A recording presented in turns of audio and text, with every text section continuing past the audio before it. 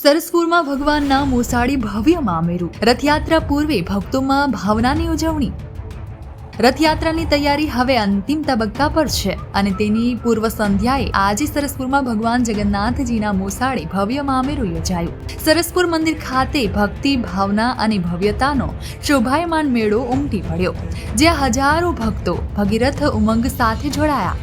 આ વર્ષે વાસણા વિસ્તારના મનીષભાઈ ત્રિવેદી તથા તેમના પરિવારને યજમાન પદનું સૌભાગ્ય મળ્યું અને તેમણે ભગવાનને વસ્ત્રો, મિષ્ઠાન અને વિવિધ ભેટ સામગ્રીઓ અર્પણ કરી ભાવપૂર્વક મામેરું સમર્પિત કર્યું. મંદિરે ભવ્ય શોભાયાત્રાનું આયોજન પણ કરવામાં આવ્યું હતું, જે ભાવનાત્મક રીતે રથયાત્રાની ઉજવણીને લઈ ભક્તોમાં ઊંડો ઉમંગ પણ જોવા મળ્યો અને ભગવાનના મુખાડવામાં હવે ગણતરીની ઘડીઓ બાકી રહી છે.